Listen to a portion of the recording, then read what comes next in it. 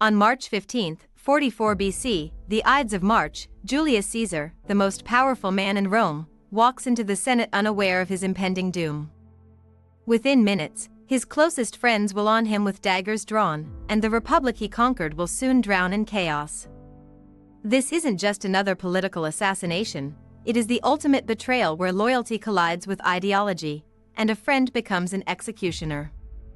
One man's murder triggers the very catastrophe the killers swore to prevent, profoundly reshaping history itself and forever altering Rome's fate. To understand this profound betrayal, we must step back. By 44 BC, Julius Caesar had reshaped Rome through brilliant military campaigns in Gaul. He amassed extraordinary wealth, battle-hardened veteran legions, and unmatched popularity with common people who adored him, solidifying his immense power. While Rome celebrated Caesar as a hero, fear quietly spread through the Senate. Many believed his power was growing too great. Behind closed doors, senators began plotting in secret, and one name stood at the center of it all. For senators raised on proud Republican ideals, this felt like the death knell of their cherished system, threatening their freedom and traditions. Among those troubled senators was Marcus Junius Brutus, a brilliant orator and respected politician pondering Rome's future with great concern. Brutus was Caesar's protégé, possibly even his illegitimate son, a man Caesar trusted completely and treated with genuine fatherly affection. Yet Brutus carried a heavy legacy. His family name was synonymous with defending the Republic against oppressive rule.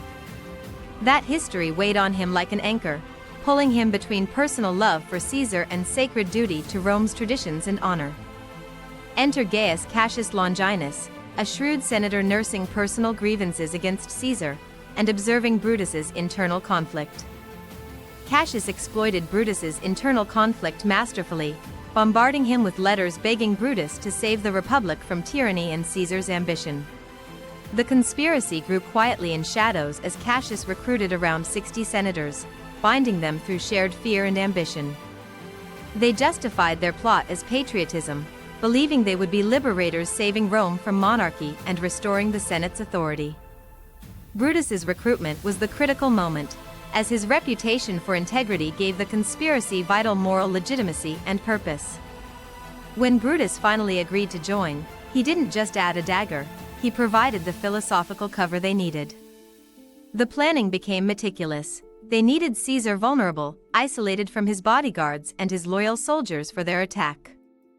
A Senate meeting offered the perfect opportunity, a public space where armed senators wouldn't arouse suspicion, respecting tradition. They chose the Ides of March, March 15th, knowing timing was everything for their audacious plan.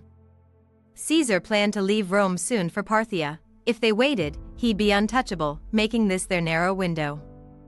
As the fateful day approached, omens multiplied throughout Rome, and soothsayers whispered dire warnings of impending tragedy. Caesar's wife Calpurnia had vivid nightmares and begged him to stay home, but Caesar dismissed these ominous supernatural signs. His arrogance proved fatal. Caesar had recently dismissed his personal bodyguard, believing his immense popularity made him invincible.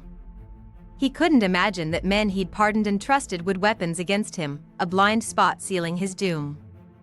On the morning of March 15th, Caesar nearly stayed home after Calpurnia's desperate pleas and ominous warnings. Decimus Brutus Albinus, a trusted conspirator, arrived and mocked his fear of dreams, persuading Caesar to attend the Senate. Caesar relented and headed to the Senate meeting at the Curia of Pompey, a grand theater complex, unknowingly walking to his fate.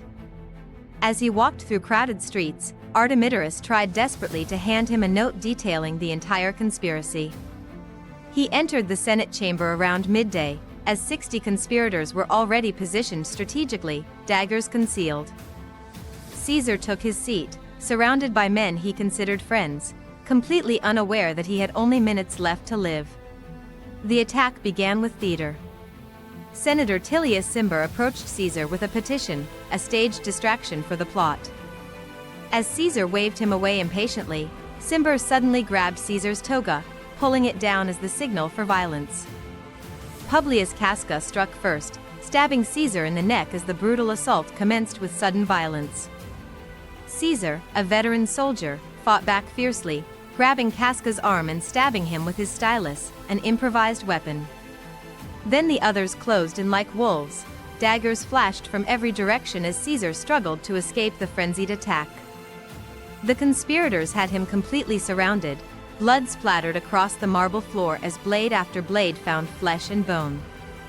And then Caesar saw Brutus, the young man he'd mentored, protected, and loved, stepping forward with a dagger. Whether it2, brute, or kai-su, teknon, the meaning was painfully clear. This was the ultimate betrayal. Seeing Brutus among his killers broke something in Caesar.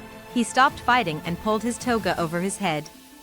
He collapsed at the base of Pompey's statue, surrendering to death, choosing dignity or avoiding his protégé's fatal blow. 23 stab wounds, most superficial in the chaotic frenzy, as conspirators even injured each other in murderous enthusiasm. The assassination was over, but the chaos had only begun. Shock spread across the Senate as Caesar's body lay on the cold marble floor.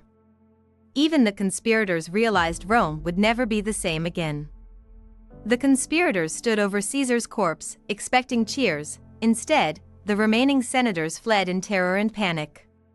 The streets erupted in panic and confusion. Rome had never witnessed such a systematic butchering of its greatest general. Brutus and Cassius tried to address the crowds, explaining their noble intentions, proclaiming themselves liberators from tyranny. But the people didn't see heroes. They saw bloody assassins who'd murdered the man who gave them land and glory. The conspirators' fatal mistake became immediately apparent. They'd planned the murder meticulously but not the aftermath. They had no political strategy, no military control, no mass support, naively assuming killing Caesar would restore the Republic. Into that vacuum stepped Mark Antony, Caesar's loyal lieutenant and consul, ready to seize the moment. At Caesar's public funeral, Antony delivered a masterful speech, displaying Caesar's bloody toga and reading his generous will. Meanwhile, Caesar's adopted heir Octavian, just 18 years old, arrived in Rome to claim his inheritance.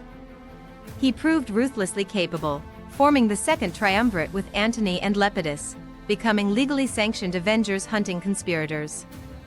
The triumvirate hunted down the conspirators systematically, leading to a decisive confrontation at Philippi in Greece. Defeated and surrounded, Brutus and Cassius committed suicide rather than face capture, their republican dream dying with them. The civil wars raged for another 13 years, devastating Italy and the provinces with relentless conflict. When the dust finally settled, Octavian stood alone as Rome's master, accepting the title Augustus, Rome's first emperor. Caesar's assassination teaches us a bitter lesson: ideology without strategy leads to inevitable catastrophe.